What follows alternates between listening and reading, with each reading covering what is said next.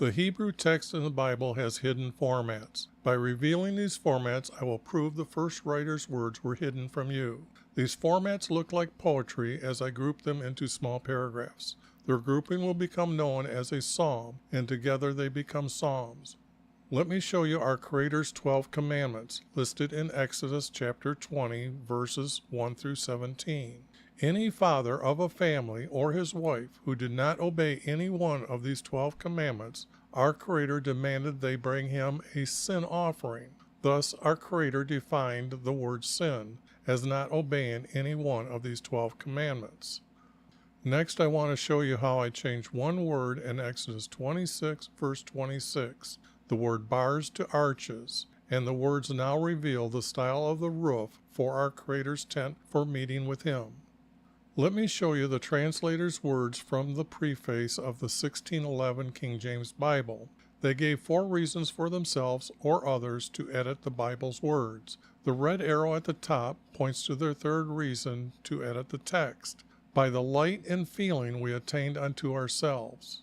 The next red arrow down points to them giving the title, the Divine, to a clerk named Gregory.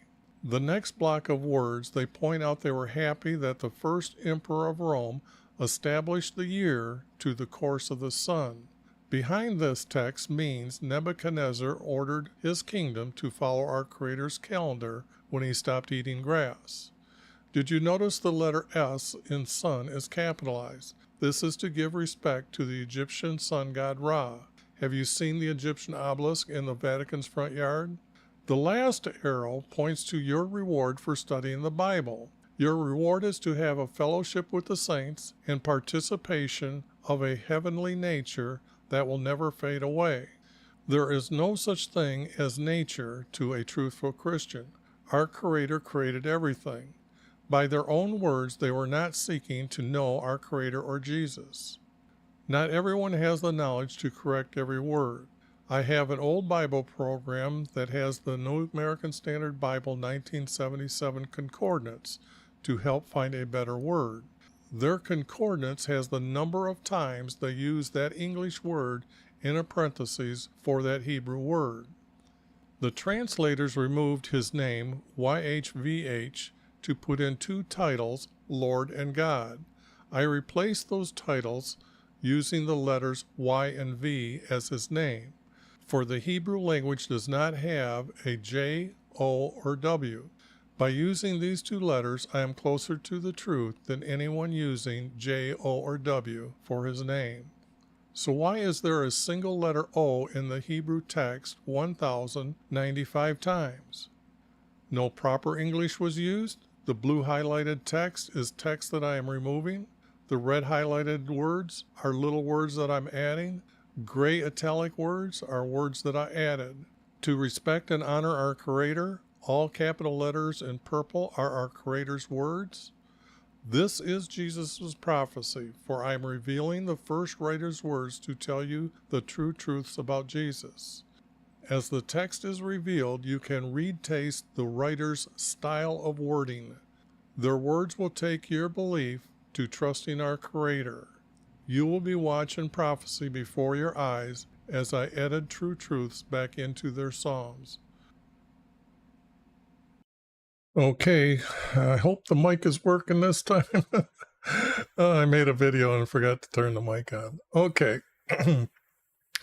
Let's see here. The last video I made on Micah was to end up the chapters, and what happened is I looked up and everything froze up on me. So I'm going to go back to the start here of the last chapter, 7, and just give you what I was thinking, I guess, or a recap of what I did.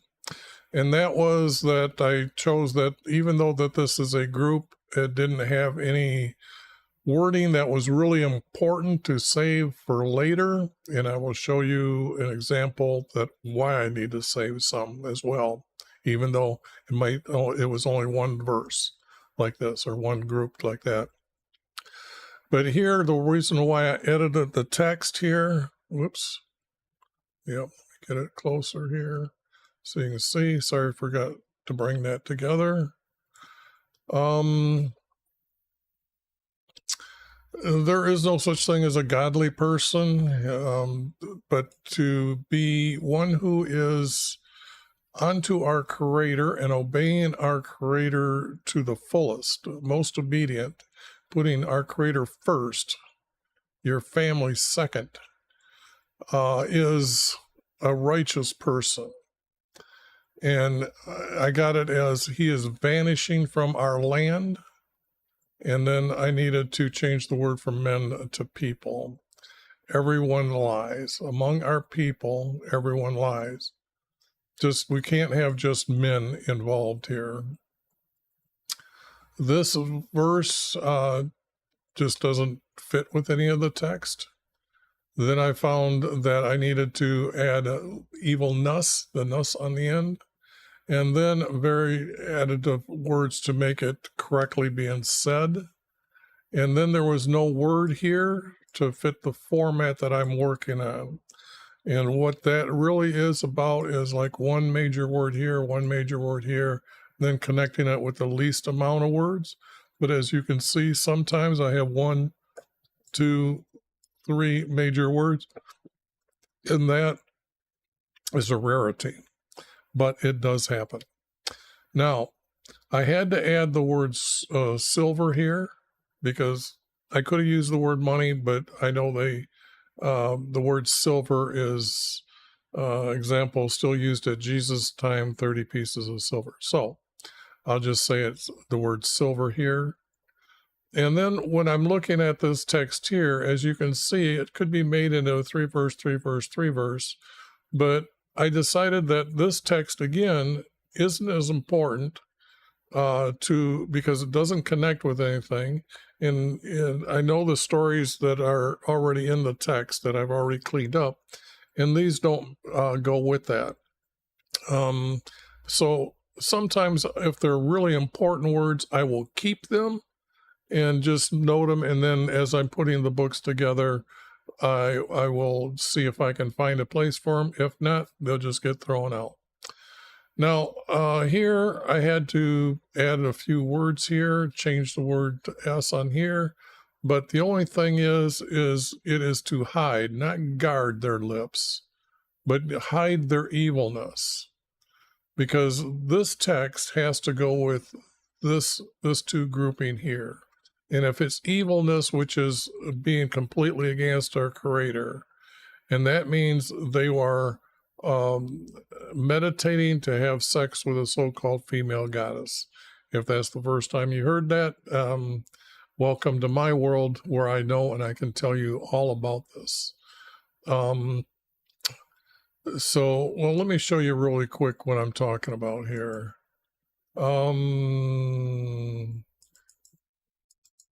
Oh, come on. There we go. In Malachi 2:11, it talks about Judah, the nation, has married the daughter of a foreign god. The foreign god is Ra, the sun god, and is known as his daughter is the moon goddess.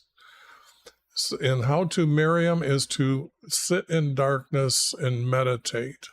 If you've ever been to mythology class or had a mythology class, you know the story of how Athena popped forth from Zeus's forehead, which actually was, she appeared inside his head, really.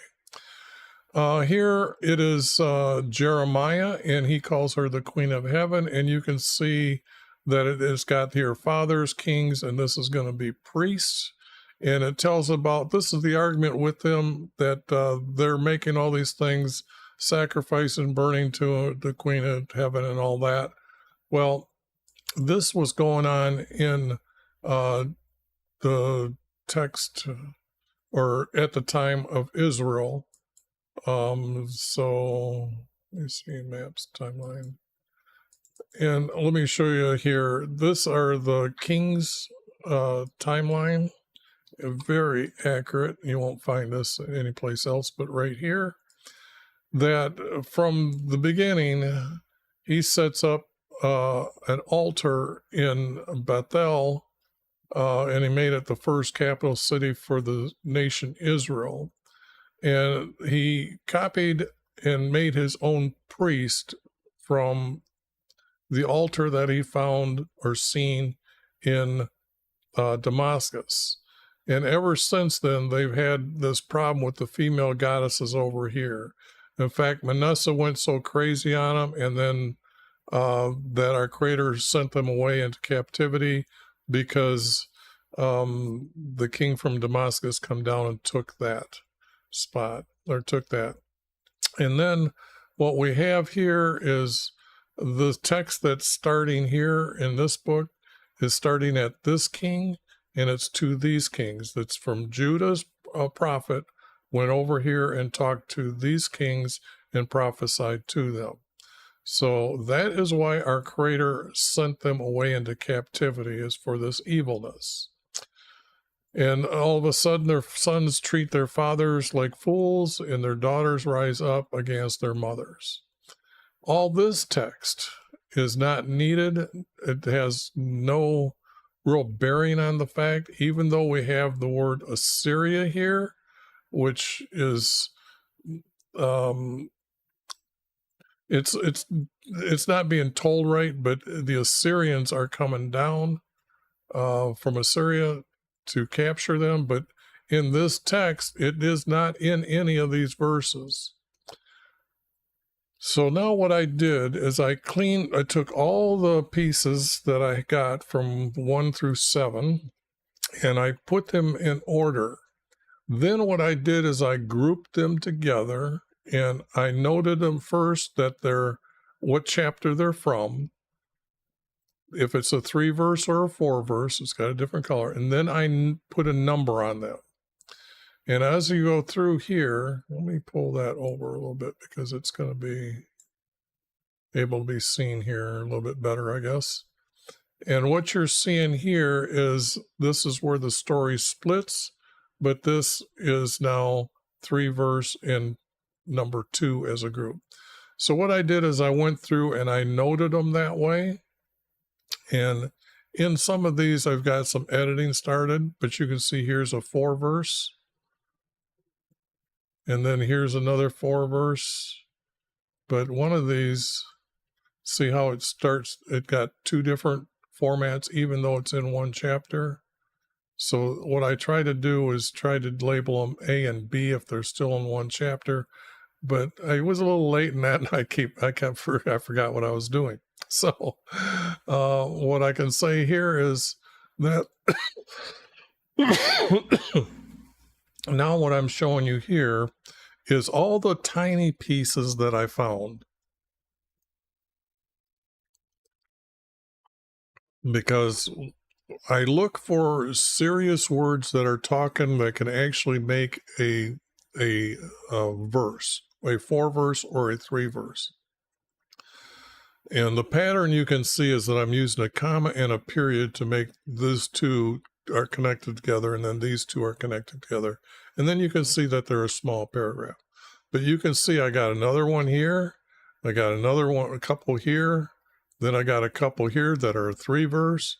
And then I have another 4-verse, another 4-verse. It doesn't hook to either one of these.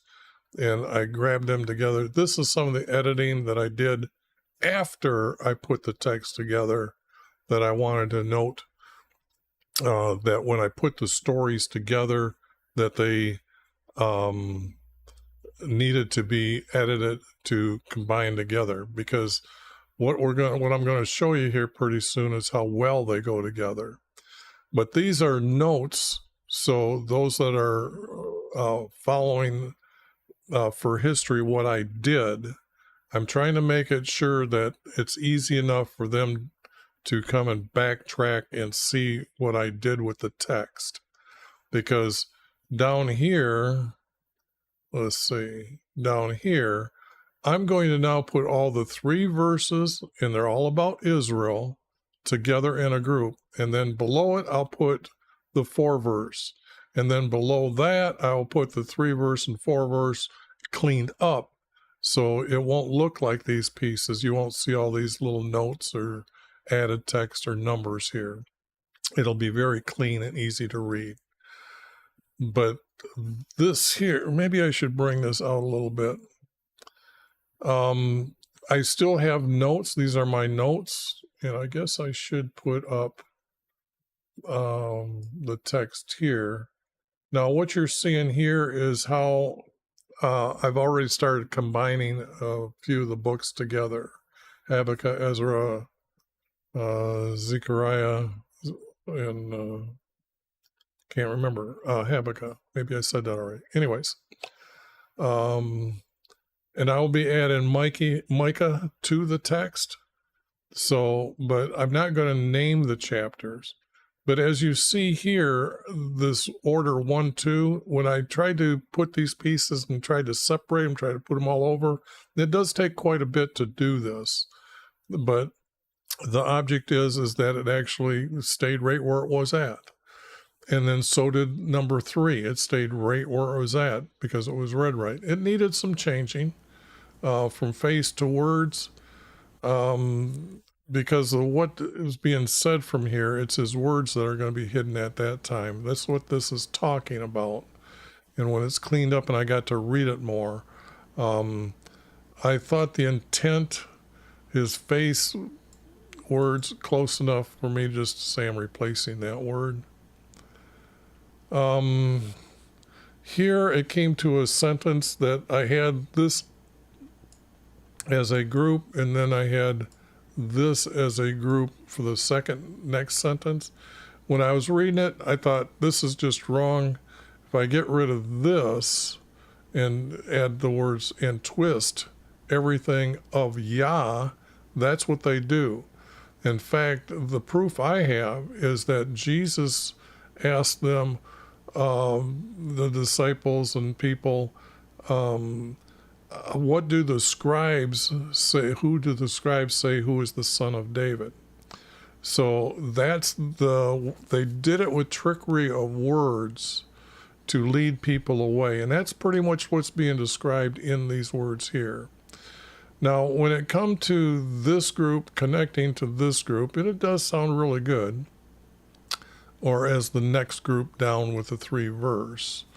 This, when I started putting it together, you can see I've got 13 here and then 15.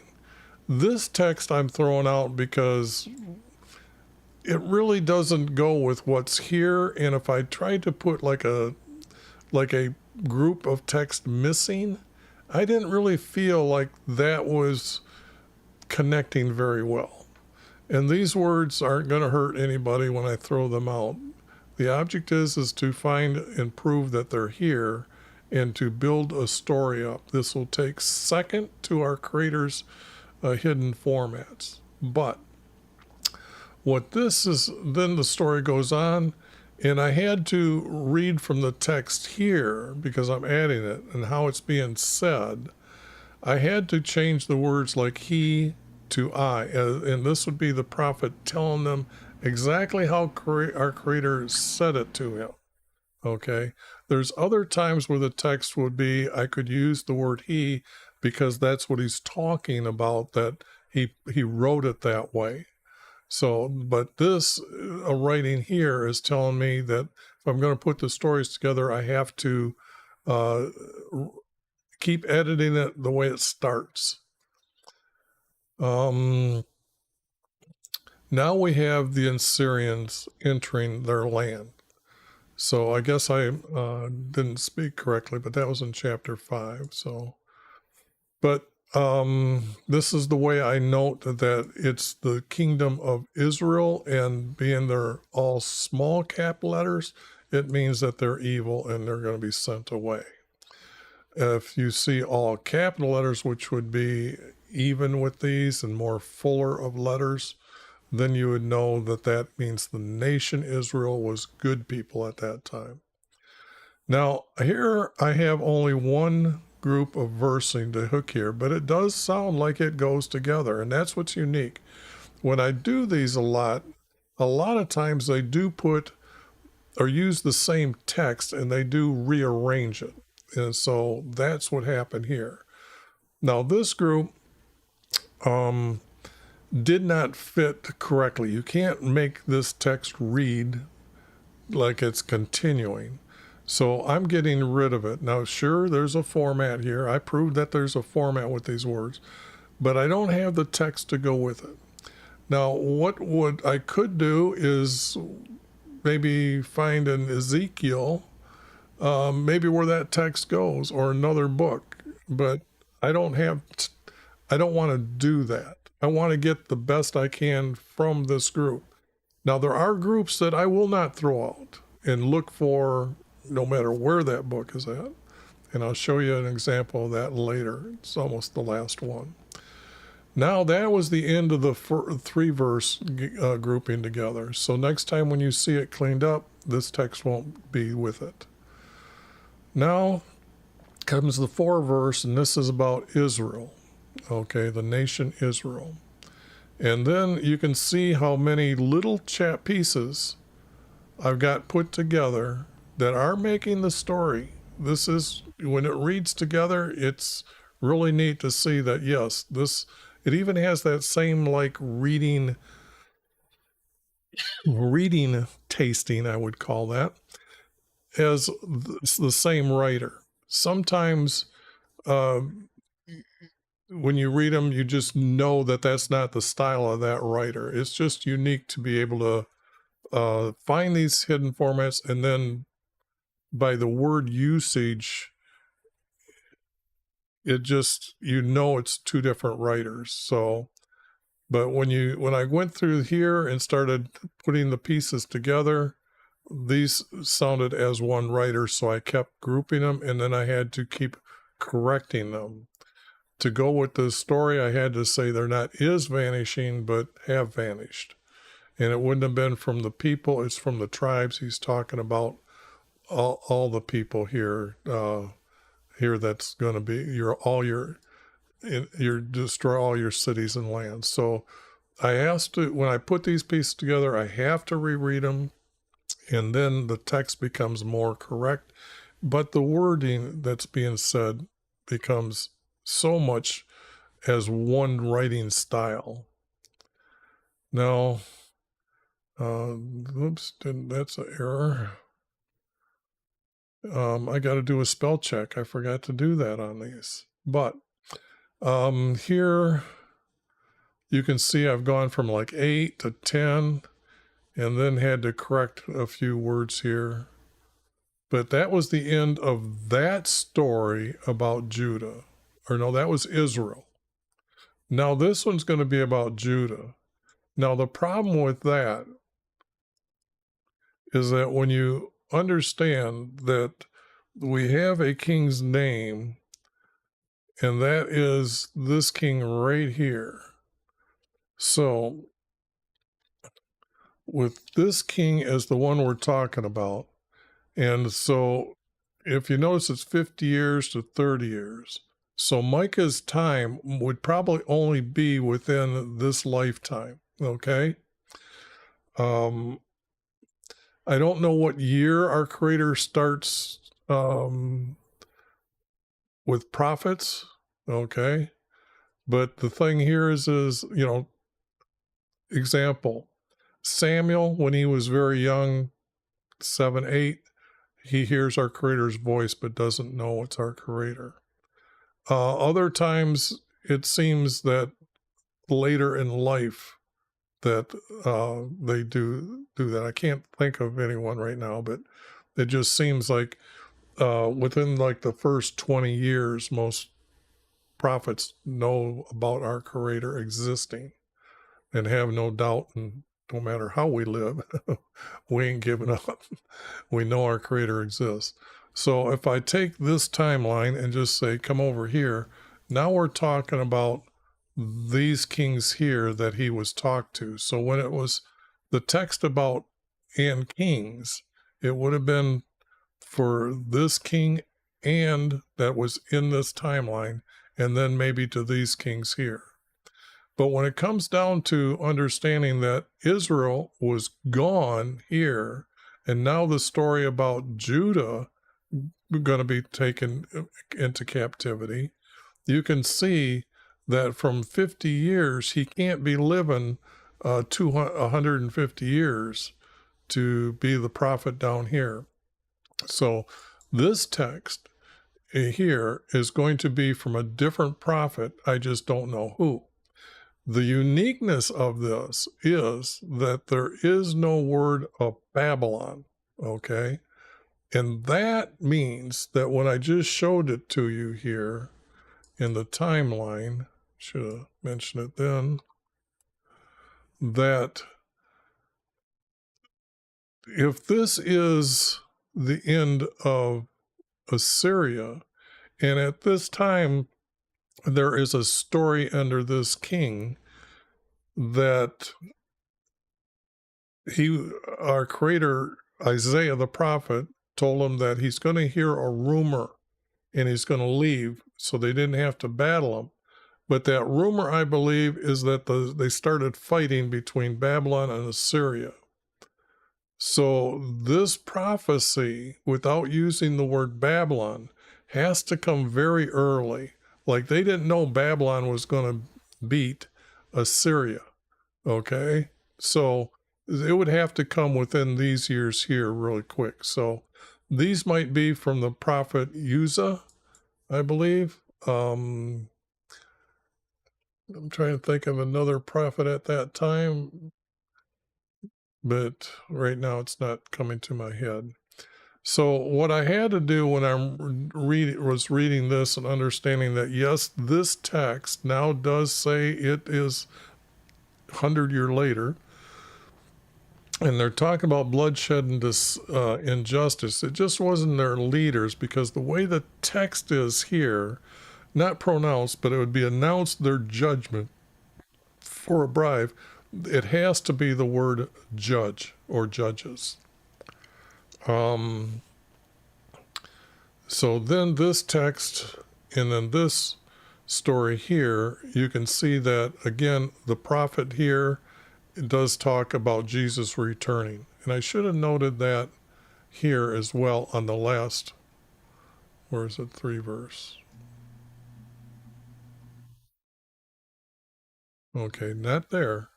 It's only in the 4 verse, I guess. Sorry about that. The 4 verse where at the very end, each of the prophets talk about Jesus coming as a return. So right now, I don't have that about although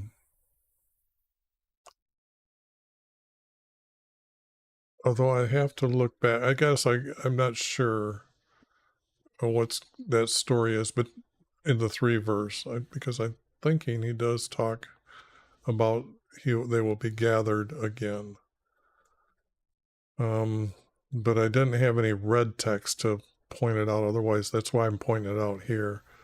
But then the prophet then tells them that after you're gone from Jerusalem, back Jesus is coming. So now here is that piece of text that I said is too important to be able to say I can just throw it out and it doesn't matter. When you realize that we have stories, I don't know if it's which one, Matthew, Mark, Luke, or John, but where Herod the king calls to the Jews, those that hate Jesus and don't believe he's coming, he's asking about what these traveling men have come over seeking, saying he has been born, our king, who they've been waiting for and who are to look for. And then they said, well, he is supposed to be born in Bethlehem. When you go look at the text in the Hebrew for that, that's just not there. But this text, when I cleaned it up, here it is, okay? So now I can go back and I can actually point to maybe this here is what that text was really referring to. But now that it's cleaned up, this is the only text. I don't know where I'm going to stick it, but like I said, this is too important for me just to throw away. It's going to go somewhere, even if it's one paragraph, okay? Now, when I go into show you the cleanup version here, I have removed all the numbers, but now because I've grouped the stories together, still have questions on editing some of the text. I just mentioned that this is Micah and it's the 3-verse format. And then you can see if you read this, and you probably read it soon enough when I get, probably within a month. I'll be posting some of these together, and then it'll be in the link of all these videos, because I'm going to put all the ones that I've done together. But I don't want to update the website yet. But this is the story here. And then all of a sudden, this becomes the second story here, like another chapter. So they'll probably go together, but the object is I have to note it that it's from Micah. And if you see the text on the right-hand side, you'll see I have it noted. I'm starting to develop, and I believe this is what I'm going to start doing with the other text when I do it. Just to say that you have to back up and go to Micah to get this information, because at a certain time I got to get rid of these and put in regular chapters of the story, what's being said here. And then the second group was about Israel. So here, this text is going to be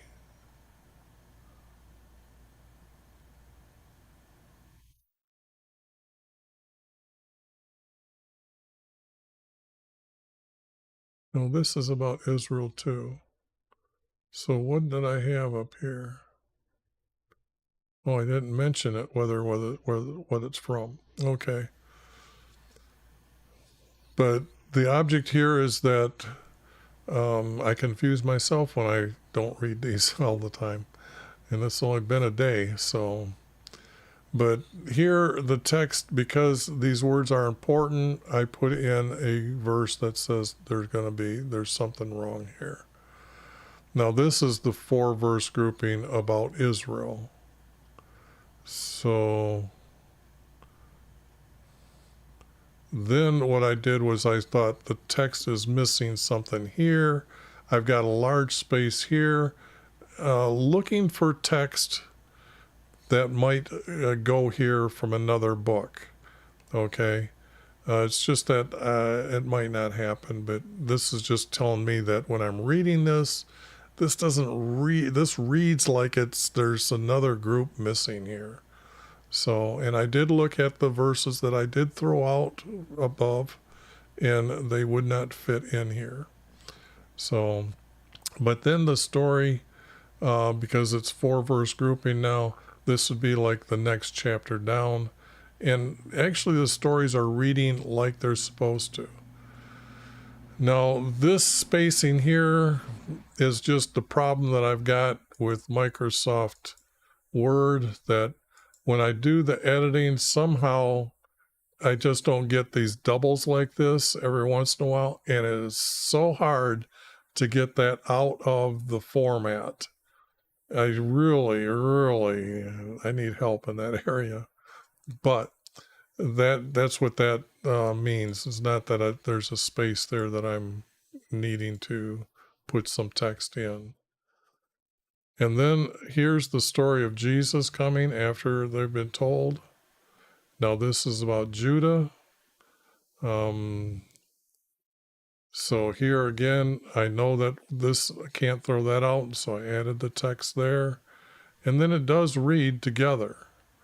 So, but now comes that important verse that I can't get rid of, and I'm going to save it, but I probably even mark it with all this just to really notify it. Where I'm going to put it, I do not know.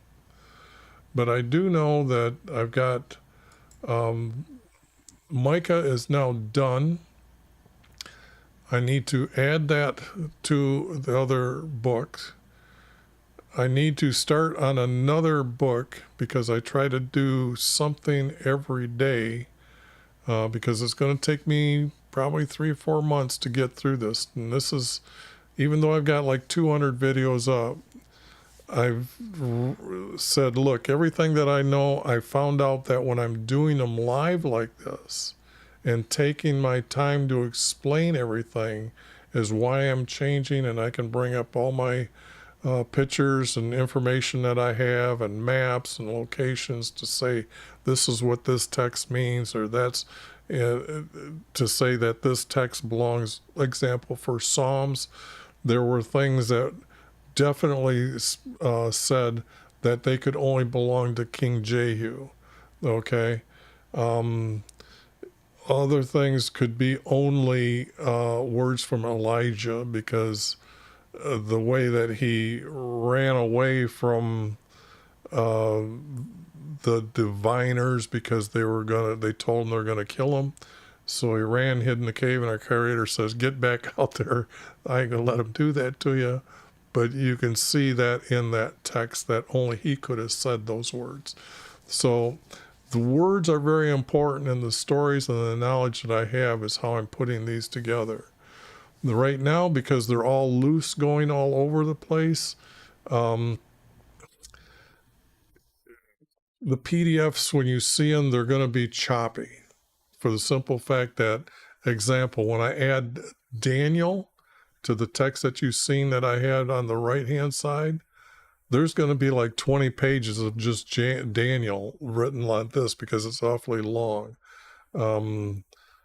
So the thing here is I want to keep them in these first writers formats. So that's just a heads up that says that when I do Daniel, all of a sudden there's going to be a great big group in there. Right now I'm trying to do all the small prophets to say, hey, are they a prophet or not prophet? And we found out right now that Ezra is not a prophet. He is a scribe. Zechariah, he was a prophet. Things like that, the text reveals the truth, and they are not prophets. But I'm going to do the shorter books first. Other than that, I'm going to say that I made it today finally with audio. Anyways, I'm going to call it an end for the day here.